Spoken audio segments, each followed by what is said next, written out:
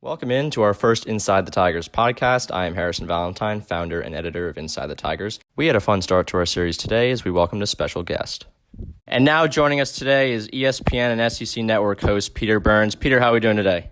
I'm doing well, man. I'm just counting down the days for us to actually get to football. You know, it feels every day we get a little bit closer and closer. So I'm sick and tired of talking about football now. I kind of want to just see it being played.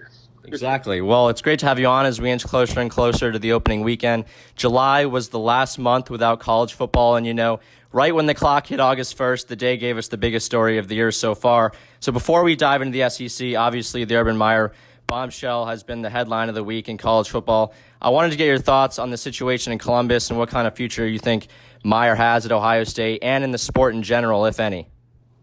Yeah, I mean, I think it's one of those deals where, the headline comes out and everybody rushes to kind of the judgment of, hey, what do we know? And let's fire him and stuff like that. And, the more and more I've been around stories like this, I tend to go ahead and take a little bit of a step back and say, okay, we don't know 100% of the details right here, right now. I probably know 98% of the details, and those details definitely don't look good for Urban Meyer.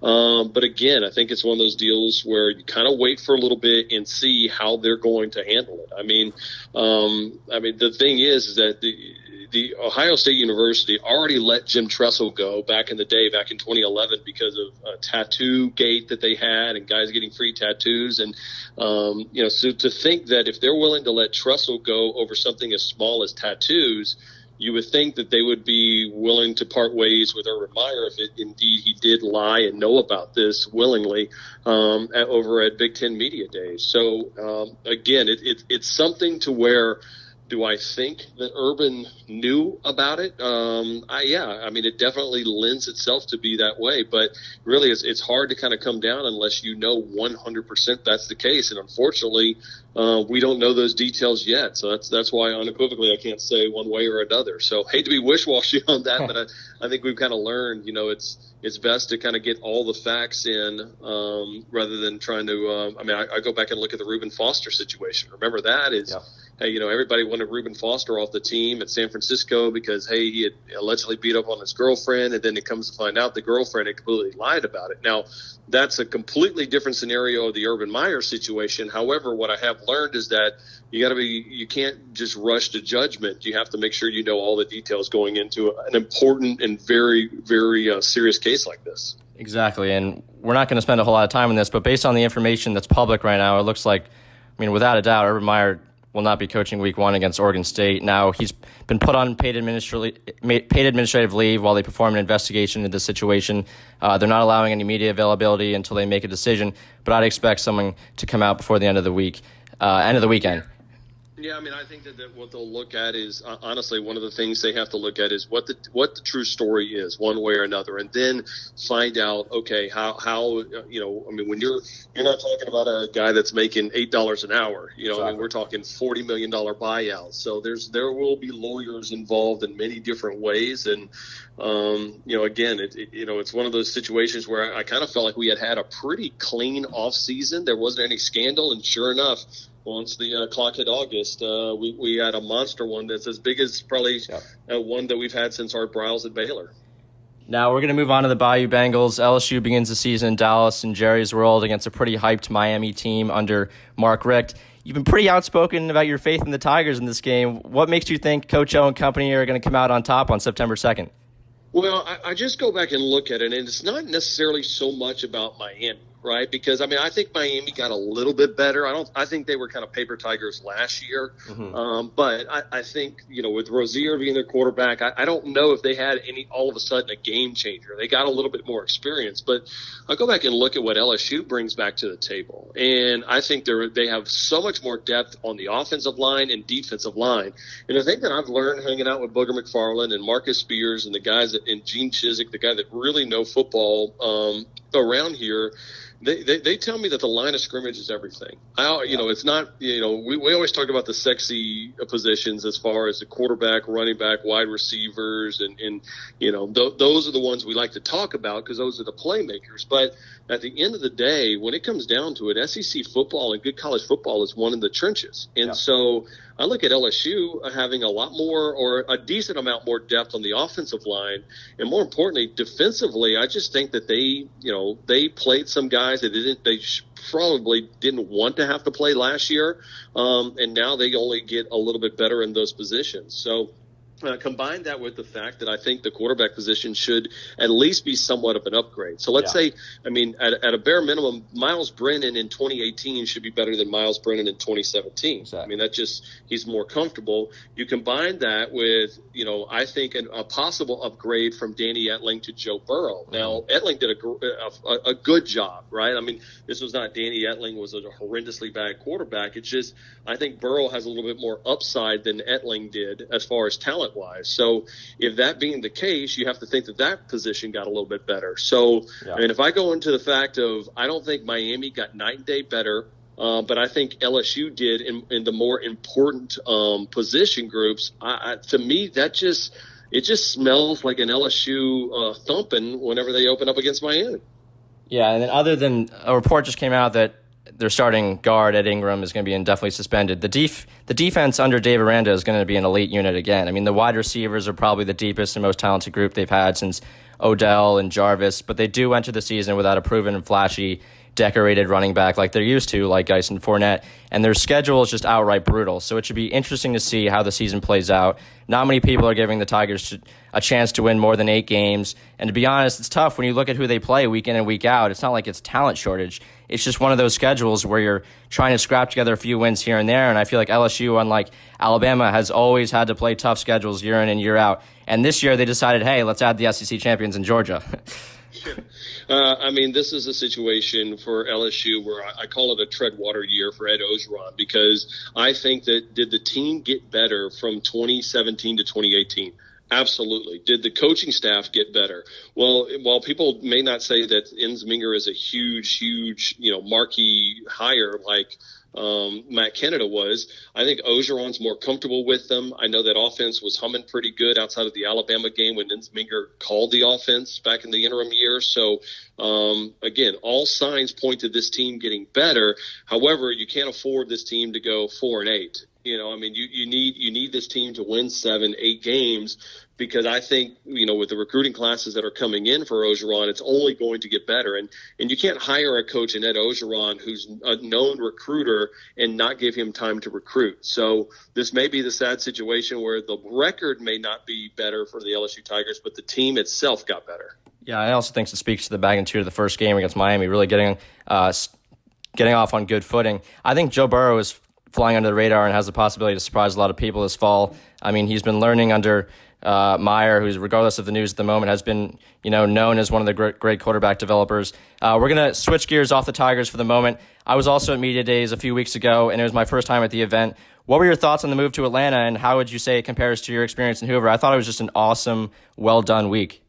Yeah, I thought it was fun. We got lucky that we had the main ballroom, so we had the fancy setup there inside the main room, and I thought the main room was good. And I think, logistically getting people back and forth from between the hotel and the College Football Hall of Fame was a little bit of kind of a hurdle. That's what I was hearing. Yep. I think that it's something that they can fix. So I think the event needed a little bit of a shot in the arm, if for no reason, to kind of, I felt like had people just gone to Hoover again in the Winfrey Hotel, people would have been like, okay, ho-hum, it's just another media day. So I think it kind of got everybody sitting up straight, looking at, okay, here's another way to kind of handle media days. So again, I'm all for change, and I'm excited that we're going to go back to Hoover next year. I think logistically they have figured out a really good thing in Hoover. So I think either way, all I know is that SEC fans care about the product, and they don't care if we were in Anchorage, Alaska. People are going to be tuned in to get ready for their team, and that's awesome news.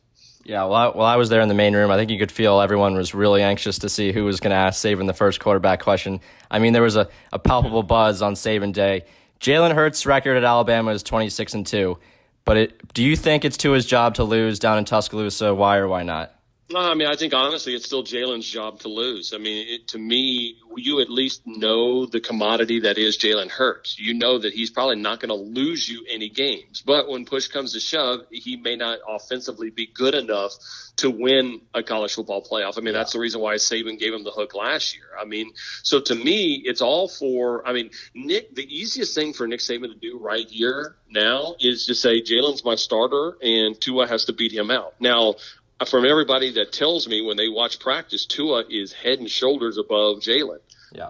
But at the end of the day, Tua's going to have to come into camp and really win over that position because Nick, as much as Nick wants to score 1,000,000 points, Nick wants a quarterback that's going to take care of the ball and not lose him ball games. And he knows Jalen Hurts should not lose him ball games, right? He knows that he's not going to turn the ball over. He can make enough plays to keep their defense in it. And why Alabama's so good is not because they're great offensively, is because they wear you down on defense. You get bad field position, and all of a sudden, with their great offensive line and the depth that they have, they tire you out and they run up the score late. So, I mean, listen, at the end of the day, I mean, I think Nick Saban can look at you square in the eye and look at us both and go, listen, it doesn't matter what quarterback I'm going to play. I'm going to beat you with either one. I think he could, honestly, in the regular season leading up to the playoff. Yeah. And so, I mean, I think in a perfect world, Tua would be the starter. Jalen plays up to 4 games. Jalen redshirts, and then he graduates in December, and then he can transfer anywhere he wants to. I mean, that would be one of the biggest transfer quarterbacks in the history of the game. You got to think so. I mean, there's probably 60 schools that would line up in a heartbeat. Oh yeah. And take Jalen Hurts, if not more. And this is great. Yeah, the betting odds have Tua tied as the favorite to win the Heisman, and he hasn't even started a single game yet. I thought that was pretty funny.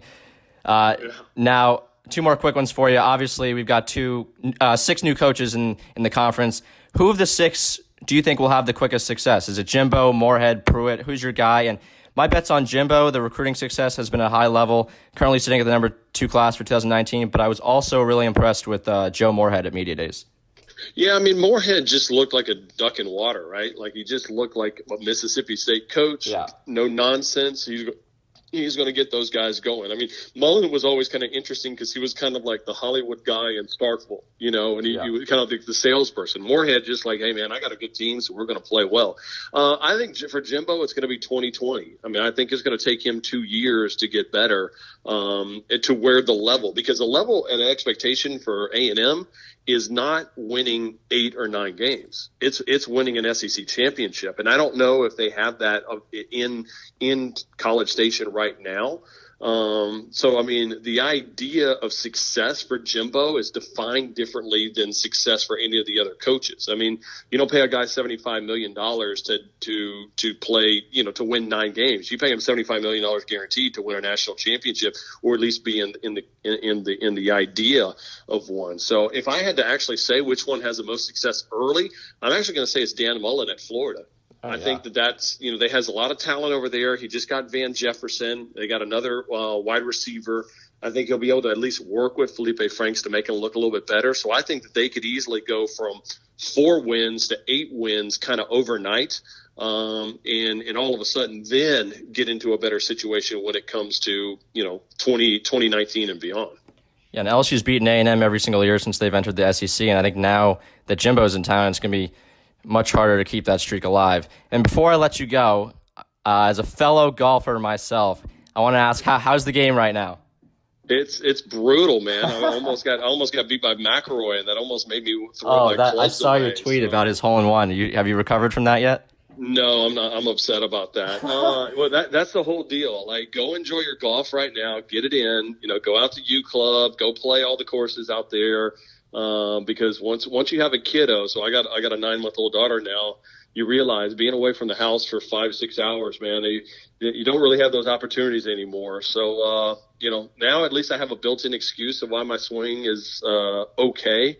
But, it used to be pretty good, but, I'll be all right. If that's the worst thing that happens to me, my golf game goes to hell, but, I have a great, and well-behaved daughter. I guess I know which way I got to lean towards. Do you have a guy that you always pull for on Sunday? You know what? Actually, I've got to know Justin Thomas pretty well, working here and in some events we've done together, and he's just a dude. Yeah. You know, I mean, like sometimes these golfers they can act a little bit, crazy. I mean, I've Justin Thomas and I have spent a late night at Taco Bell before, and I mean, he's just kind of what we would normally be if we were just hanging out with the boys. So I think I kind of always pull for SEC golfers and guys that just seem legit. And again, he's even though he's a Bama guy, I still got a little love for him. Well, Peter, I can't thank you enough for coming on, and good luck as you guys prepare for your coverage of another football season, and hope to see you in Baton Rouge sometime this fall. Hey, absolutely. Get some Raising Cane's. We'll do some mock Anderson seafood. We'll make that happen. Awesome. Thank you so much. See ya. Yeah,